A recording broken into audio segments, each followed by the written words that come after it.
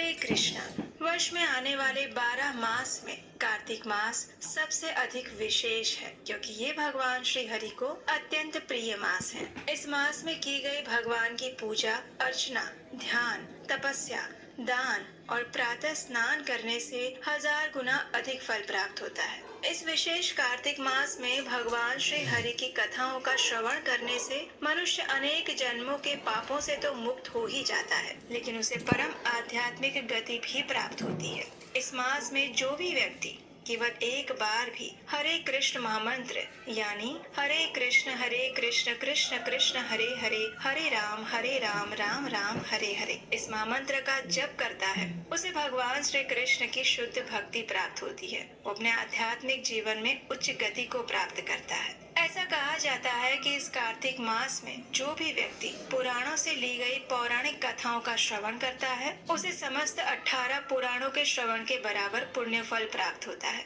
और इस समय हम इसी कार्तिक मास विशेष इन पौराणिक कथाओं का श्रवण कर रहे हैं। और आज की इस कार्तिक महात्म्य विशेष कथा श्रृंखला की कड़ी में आप सबका स्वागत है। तो आइए आज की कार्तिक महात्म्य विशेष कथा श्रृंखला की शुरुआत करते हुए तुलसी देवी की महिमा का गान करते हैं। श्रीमती तुलसी देवी भगवान श्री हरि की प्रिया हैं। उन्हें प्रसन्न करके मनुष्य सरलता से भगवान श्री कृष्ण को प्रसन्न कर सकता है। तो चलिए आज इस कार्तिक महात्म्य कथा श्रृंखला की कड़ी में हम श्रवण करते हैं ब्रह्मवैवर्त पुराण से मिली हुई एक पौराणिक कथा का। एक समय जब नव यौवना तुलसी देवी धर्मध्वज की पुत्री बनकर प्रकट हुई थी, उस समय वे भगवान नारायण की शरण ग्रहण करके तपस्या करने के लिए अनेक विभिन्न तीर्थ स्थानों में भ्रमण कर रही थी। और इस प्रकार भ्रमण करते हुए वे एक दिन गंगा तट पर जा पहुंची। वहां जाकर उन्होंने देखा तो वहां पर गणेश जी थे, जो कि अत्यंत सुंदर, शुद्ध और पीताम्बर धारण किए हुए थे। उनके शरीर के अंग चंदन से लेपित थे और उन्होंने अनेक आभूषण धारण किए हुए थे। वे भगवान श्री कृष्ण के चरण कमलों के ध्यान में पूर्ण रूप से मग्न थे। इस प्रकार उनका सुंदर स्वरूप देखकर तुलसी देवी उनसे आकृष्ट हो गई और उस समय उनके लंबोदर और गज मुख को देखकर वो उनका उपहास भी करने लगी। अब इस प्रकार तुलसी देवी द्वारा किए जा रहे उपहास के कारण गणेश जी का ध्यान भंग हो गया। उन्होंने तुलसी जी से कहा, तुम कौन हो? यहाँ आने का कारण क्या है? हे देवी, तपस्वियों का ध्यान भंग करना सदैव पापजनक और अमंगलकारी होता है। क्या तुम ये नहीं जानती? तो तुलसी देवी ने कहा, मैं धर्मध्वज की कन्या हूँ और तपस्या में मैं भी संलग्न हूँ। मेरी ये तपस्या एक आदर्श पति प्राप्त करने के लिए है और आज आपको देखकर मेरा मन आपके प्रति आकृष्ट हो गया है। कृपया आप मेरे पति बन जाइए। अब ये बात सुनकर गणेश जी को अत्यंत आश्चर्य हुआ। वे तुरंत भगवान श्री कृष्ण का स्मरण करने लगे और उन्होंने कहा, हे देवी, विवाह करना बड़ा ही भयावह कार्य है। मेरी तो रंज मात्र भी इच्छा नहीं है विवाह करने की। विवाह तो सर्वदा दुखों का कारण बनता है और व्यक्ति सुख से हमेशा वंचित ही रह जाता है। झूठी आस ही उसे दिखती है। ये विवाह हरि भक्ति में विपदा, तपस्या के नाश का कारण और भव बंधन की रस्सी को और बढ़ाने वाला है। इसलिए हे देवी, मेरी ओर से अपना मन हटा लो और किसी और पति की तलाश करो और जाओ यहाँ से। अब ये सुनकर तुलसी देवी को बहुत क्रोध आया। उन्होंने गणेश जी से कहा, तुम्हारा विवाह अवश्य होगा। अब ये सुनकर गणेश जी को भी क्रोध आ गया।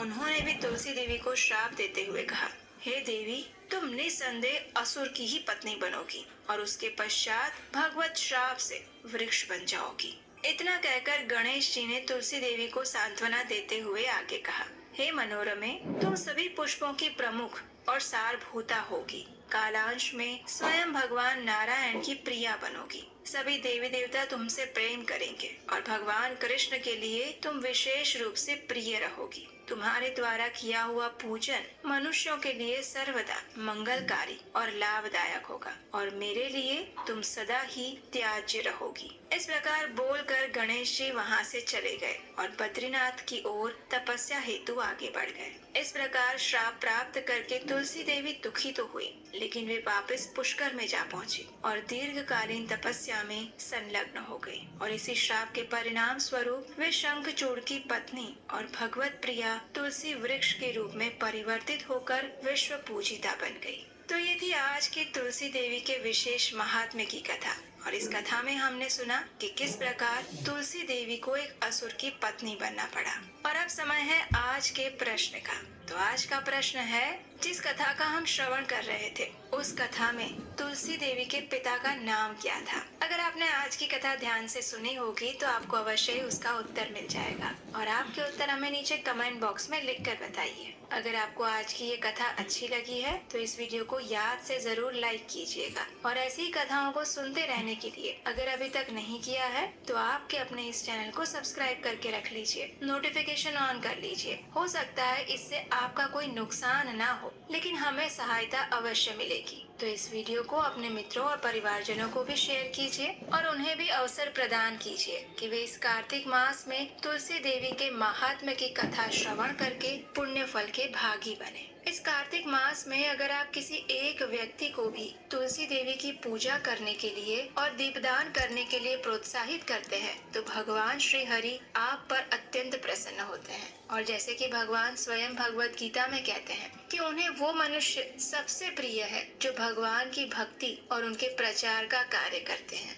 तो इस प्रकार से आप भगवान के प्रचार कार्य में भी माध्यम बन रहे हैं। तो चलिए संपूर्ण कार्तिक मास का श्रद्धा और निष्ठा पूर्वक पालन करते हुए हम अपनी चेतना को आध्यात्मिक स्तर पर ऊपर उठाते हैं, सदैव भगवान श्री कृष्ण के चरण कमलों में संलग्न रखते हैं और मन, कर्म और वचन से सदैव उनकी भक्तिमय सेवा में तत्पर रहते हैं। तो आइए अब हम इस पवित्र कार्तिक मास में तुलसी देवी की आरती करते हैं। प्रतिदिन तुलसी देवी की पूजा करते हुए इस तुलसी आरती का स्तवन, पठन और श्रवण करना चाहिए। तो आइए अब हम उसी तुलसी आरती का श्रवण करते हैं।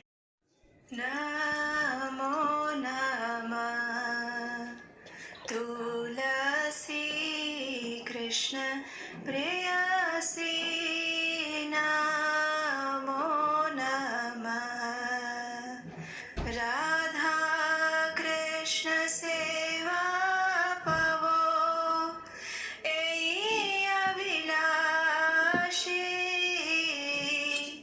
ये तुम्हार शरण लो, तारा वांछा पूर्ण कृपा करी कर तारे वृंदावन वासी, मोर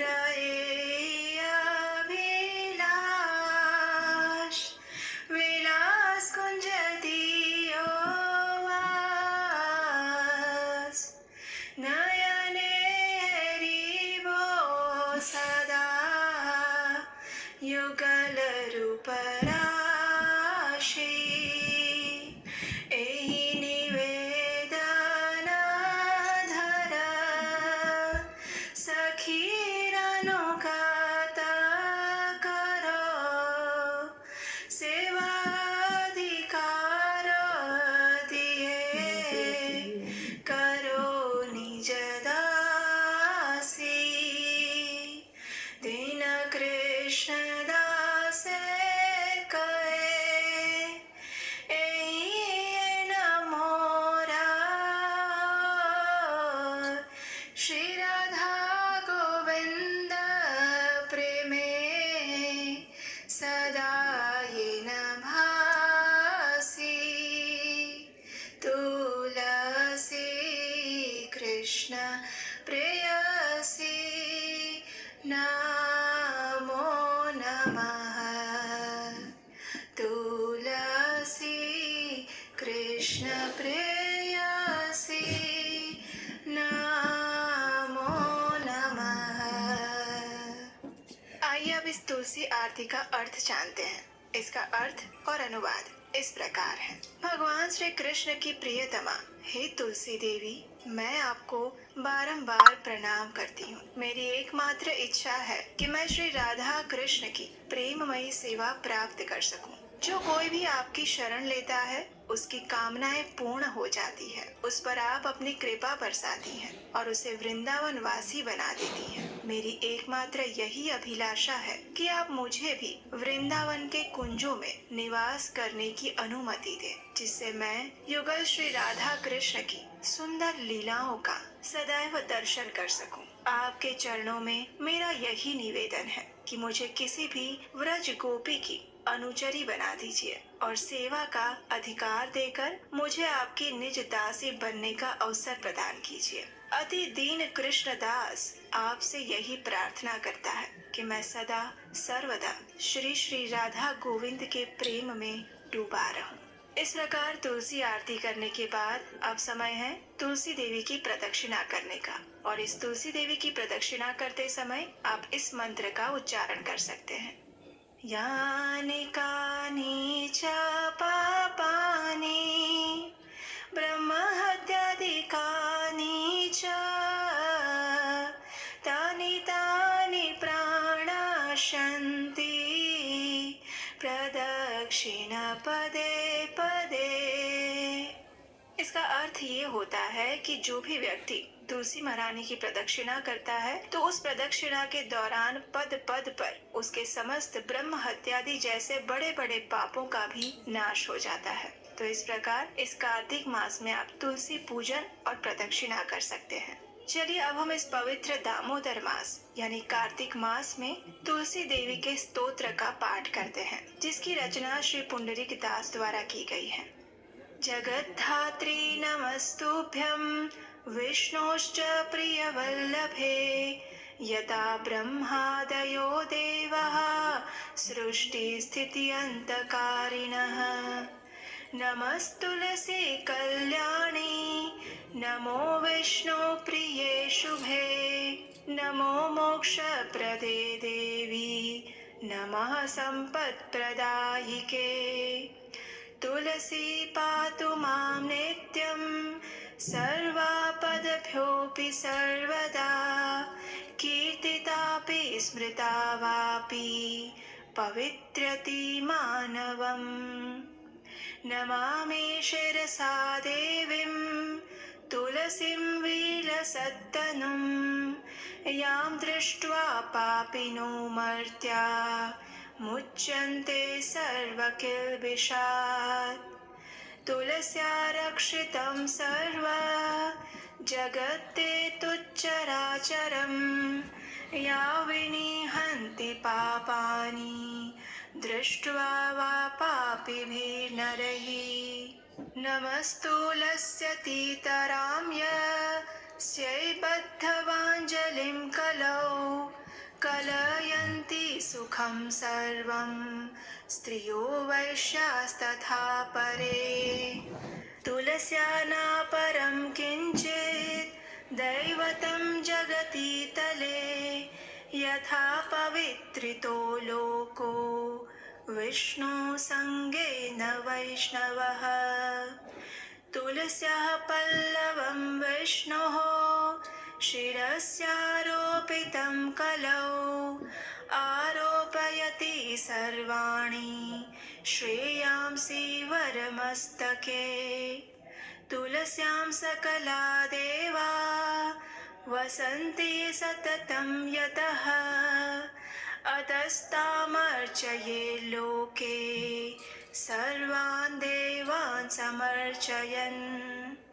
नमस्तुलसी सर्वज्ञे पुरुषोत्तमवल्लभे पाहि मां सर्वपापेभ्यः सर्वसम्पत्प्रदायिके। इति स्तोत्रं पुरा गीतं पुण्डरीकेण धीमता विष्णुम् अर्चयता नित्यं शोभनैस्तुलसीदलैः। तुलसी श्री महालक्ष्मी विद्या विद्या यशस्विनी धर्म्या धर्मानना देवी देवी देव मनः प्रिया। लक्ष्मी प्रिय सखी देवी द्यौर्भूमिरचला चला षोडशैतानि नामानि तुलस्या कीर्तयन् नरः। लभते सुतरां भक्तिम् अन्ते विष्णुपदं लभेत्। तुलसी भूर्महालक्ष्मी पद्मिनी श्री हरि प्रिया, तुलसी श्री सखी शुभे, पापहारिणि पुण्यदे, नमस्ते नारद नूते, नारायण मनः प्रिये। आइए अब इस तुलसी स्तोत्र का अनुवाद और भावार्थ समझते हैं। श्रीमती तुलसी देवी ब्रह्मांड की माता और भगवान विष्णु की परम प्रिय संगिनी है, जिनके कारण ब्रह्मा आदि देवता सृजन, पालन और संहार के कार्य संपन्न करते हैं। हे श्रीमती तुलसी देवी, मैं आपको दंडवत प्रणाम करता हूँ। आप सद्गुणी हैं, कल्याणकारी हैं और भगवान विष्णु को प्रिय है। आप धन, संपत्ति और मुक्ति प्रदान करने वाली हैं। श्रीमती तुलसी देवी प्रत्येक स्थिति में समस्त विपदाओं से निरंतर मेरी रक्षा करें। आपकी स्तुति और मात्र स्मरण करने से ही लोगों को पवित्र कर देता है। मैं श्रीमती तुलसी देवी को शीश झुकाकर प्रणाम करता हूँ, जिनका तेजवान और दमकता रूप, जिसको देखकर पापी नश्वर मनुष्य समस्त दोषों से मुक्त हो जाते हैं। समस्त चर और अचर वस्तुओं सहित इस संपूर्ण जगत की श्रीमती तुलसी देवी रक्षा करती हैं, जिनके केवल दर्शन मात्र से ही पापी व्यक्तियों के पाप पूर्णतः नष्ट हो जाते हैं। हे श्रीमती तुलसी देवी, आपको सहस्त्र बार प्रणाम करता हूँ। आपको कलयुग में समस्त स्त्रियां, वैश्यगण और उनके समान अन्य लोग भी प्रसन्नता पूर्वक हाथ जोड़कर विनम्र प्रणाम करते हैं। इस पृथ्वी पर श्रीमती तुलसी देवी से अधिक दिव्य कुछ भी नहीं है, जिनके द्वारा ये जगत पवित्र हो जाता है, जैसे विष्णु और वैष्णव के संपर्क में आने से होता है। इस कलयुग में जब श्रीमती तुलसी देवी की अंकुरित कली भगवान विष्णु के शीश पर अर्पित की जाती है, तब ये उपासक के शीश पर समग्र आशीर्वाद प्राप्त होने के समान माना जाता है। श्रीमती तुलसी देवी में समस्त देवतागण हर समय वास करते हैं, इसलिए व्यक्ति को इस विश्व में उनकी आराधना करनी ही चाहिए और इस प्रकार से समस्त देवताओं की आराधना स्वतः ही हो जाती है।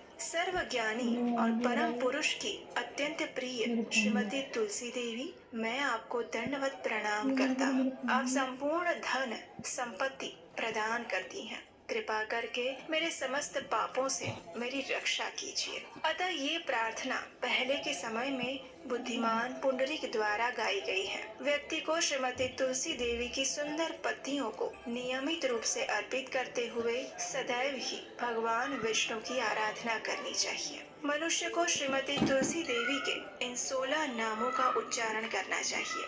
तुलसी, श्री, महालक्ष्मी, विद्या, अविद्या, यशस्विनी, धर्मया, धर्मानना, वृंदा, देवी देव मनः प्रिया, लक्ष्मी प्रिय सखी, देवी, द्यौ, भूमि, अचला और चला।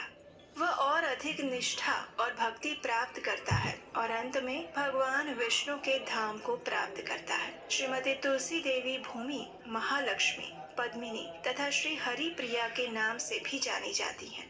मैं श्रीमती तुलसी देवी को बारंबार दंडवत प्रणाम करता हूँ। आप श्रीमती लक्ष्मी देवी की अत्यंत प्रिय मित्र, शुभ चिंतक, पापों को हरने वाली, आध्यात्मिक गुणों को प्रदान करने वाली, नारद मुनि द्वारा प्रशंसनीय और भगवान श्री नारायण के मन की प्रिया है। इस प्रकार प्रतिदिन इस कार्तिक मास में इस तुलसी स्तोत्र का पठन और श्रवण करना अत्यंत पुण्यशाली माना गया है। तो आइए इस परम मंगलमय कार्तिक मास में अब हम तुलसी अष्टकम का पाठ करते हैं। इस अष्टकम का वर्णन हमें ब्रह्म वैवर्त पुराण में मिलता है। एक समय जब तुलसी देवी भगवान से रुष्ट होकर अंतर्धान हो गई थी, उस समय भगवान उनके विरह में आतुर होकर वृंदावन चले गए और उन्होंने वहाँ पर तुलसी देवी की पूजा और स्तुति की। और उस समय उन्होंने जिस मंत्र और स्तोत्र की रचना की थी, वो स्तोत्र इस प्रकार है।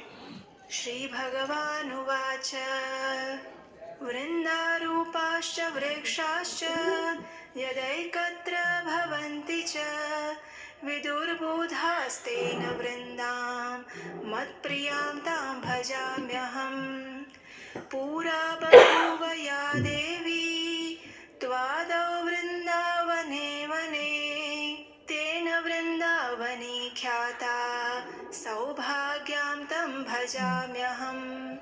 असंख्येषु च विश्वेषु पूजिताया निरन्तरं तेन विश्वपूजिताख्यां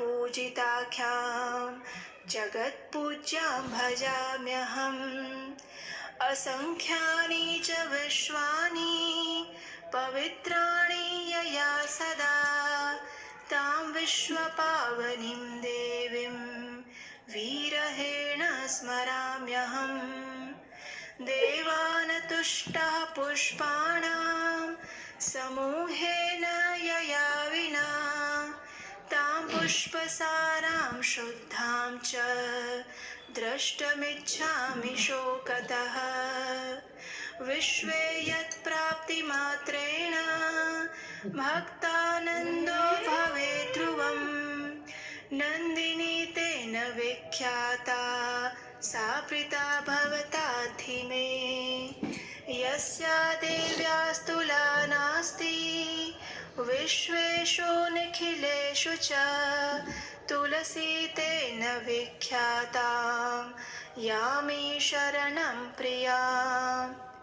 कृष्ण जीवन रूपाया शश्वत्प्रियतमा सती तेन कृष्ण जीवनीति मम रक्षतु जीवनम् मम रक्षतु जीवनम्।